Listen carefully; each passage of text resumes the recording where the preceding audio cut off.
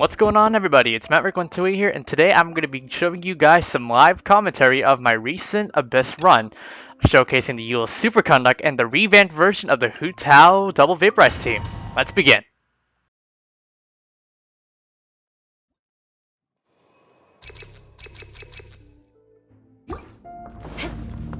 So in the first chamber, what we have here are Whopper Flowers and Geo Bishops. Obviously, as you know, the Whopper Flowers, they always tend to go, like bobbing their heads all around the place, and sometimes it can be pretty annoying to deal with them, especially when they basically bob around and reappear into an area where they don't, activate your bursts. What I try to do with this is basically I want to try to damage all of them as equally, as fast, and hard as possible. So normally at this point you want to make sure you damage all of them equally so they would all fall really fast. The Geo Bishops will eventually head later on. So obviously I use Eula to create the Superconduct thanks to Raiden's skill, and using Zhongli and Bennett as enhancer to help boost her damage and also remain uninterrupted so that I wouldn't get staggered by all the attacks that all the enemies can perform. So as you can see right here, it is indeed doing all the damage using Zhongli's burst to create petrification so that Eula can finish the job easily, and with the assist of the Raiden Shogun skill, which it will be able to create 3 Superconduct, and it is able to immediately decimate the Whopper Flowers with ease. Now for the Geo Bishops, this is where I actually use all of the bursts and the skills needed to create the highest amount of physical damage with Eula's burst. Obviously, I use Raiden's Shogun's skill and Bennett's burst to do the job done, with Zhongli's shield to make sure I don't take a lot of damage as I used to, and as you can tell, I was able to get 1 crit out of the bar Geo Bishop that I hit in comparison to the one that I'm close to. Normally, bring them to as low health and the Geo Bishops will immediately get toward you. So knock them down fast and we can head on to the next chamber. Now in this, we are dealing with only 2 Ruin enemies, 1 Ruin Guard and 1 Ruin Greater. Now, knowing the Ruin enemies, they have resistance to physical damage, but not elemental. And this is where the Hu Tao Double Vaporize comes into play. Yelan is going to be useful in order to create the fast evasions, as well as creating free energy for Xingqiu, just in case if Xingqiu's Sacrificial Sword passive doesn't kick in, because my Sacrificial Sword is only at R2. You'll eventually see the builds at the end of the final parts of the video. So what I want here to do is basically I want to conserve all my skills needed and try to make sure Hu Tao gets the highest amount of health possible. So using her burst is absolutely the key, as well as keeping her as the final character after the duration of Xingqiu's burst swords are gone so that they can regenerate health. Unfortunately, this doesn't happen here, and in this part I focus on trying to get as much energy as I can from my Hydra units in preparation for the Magu Kenki coming up.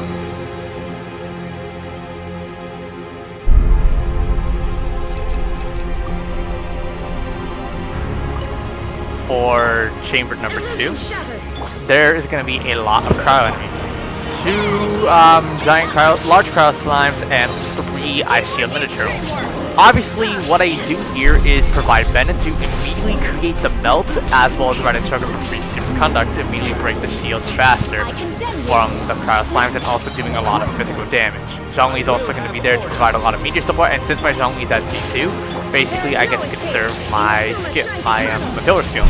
I then use a combination of Raiden Shogun and Eula to create as much damage as possible and try to immediately knock out the cryo slimes before the shields back up, because it basically negates all the damage that they take, and you're forced to immediately break the elemental shield before you can actually do damage to it. Now the second phase of this first half includes 2 enemies, 1 large cryo slime, and a frost arm lava shell. And the thing is, they have been infused with the cryo status ailment that you'll see in the frozen domain, where you get the talents for all the Mondstack characters. What I do here is basically immediately try to do as much damage and remove all of the cryo shields or enhanced fires that they have, so they can take more damage. And after I knock out the cryo slime, I use Eula to immediately finish off the Frost and Naruto. Unfortunately, it doesn't crit, so I'm forced to waste a little bit of time. But it's not going to be really all too bad, because I'm trying to set up all of the team's abilities for Chamber 3.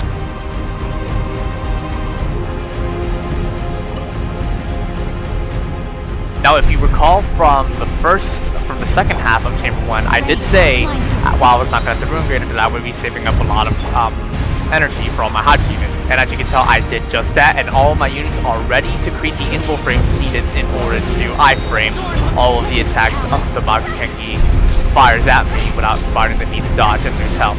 This is where the double Vaporize comes into play. I use a combination of Zinksho and Kazuha's burst to speed the Hydra to do the job. Now, as you can see right now, the phantom attacks have been being started, so I use a burst right here to immediately iframe it. And the thing is with Eula, using her skill dash is able to at least get right into the enemy. I didn't realize that I went a bit too far, so therefore the range attack has been negated. Didn't see that coming. And for this one here comes the Hyper Slash Blitz attack, where I'm able to at least tank one hit with Zinksho but keep him alive. And then as you can tell right now, I'm already vaporizing him pretty bad. So the double Vaporize immediately starts to kick in effect in creating a lot of fast Vaporize and also some quick fast evasions that I can do. Sometimes the invul just doesn't work out, but at least I'm able to at least create the team composition and immediately double Vaporize. I spam all the bursts thinking it was going to be such a good idea. For the most part it was. And I had to use the burst here to iframe, and also it was a good thing because I didn't need to restore a little bit of health. So now coming up next is Chamber 3. This is where the big test comes into play.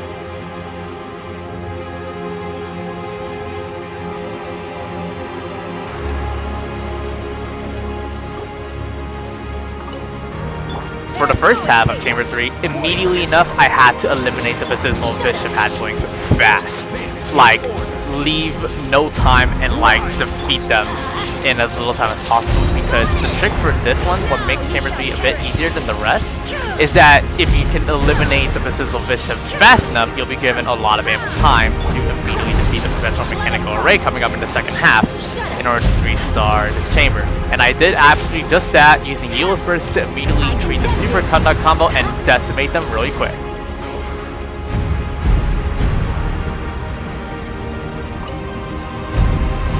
Here we go. This is the Perpetual Mechanical Array.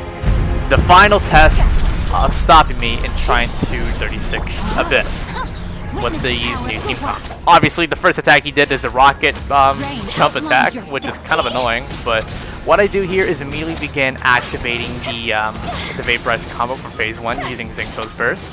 And after a while, I noticed that I have to start dodging the attacks, so I decided to use Yelan's burst to iframe and wait until he arrives down. Kazuha's definitely going to be able to create the elemental damage and regenerate all of Zinksho's energy for the next time he gets to use his burst. And I think it's right now the double Vaporize above Zinksho and Yelan's burst combining with Hu Tao's charge attack creates a lot of Vaporize definitely needed to lower his health literally just at 50%. So now this part is where he transforms in and splits up into the little Ruined Sentinels.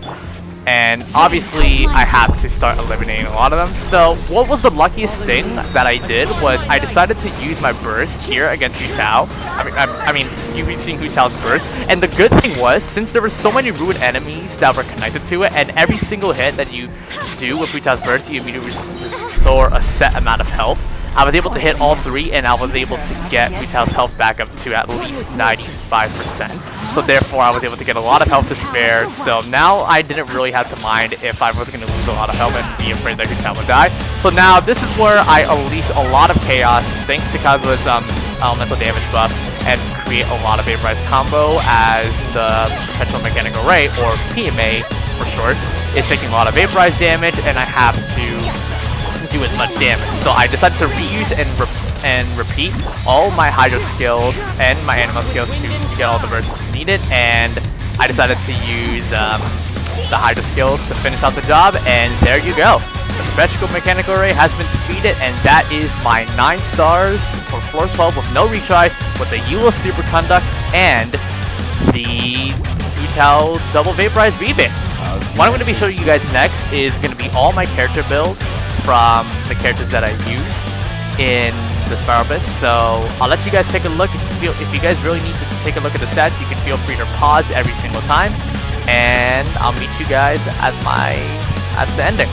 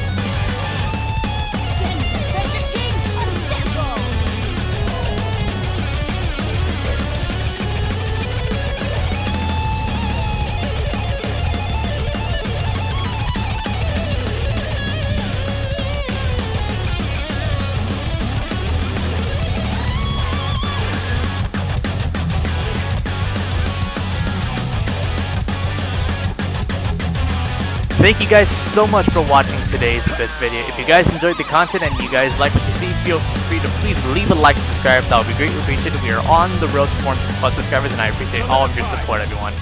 Take care, everybody.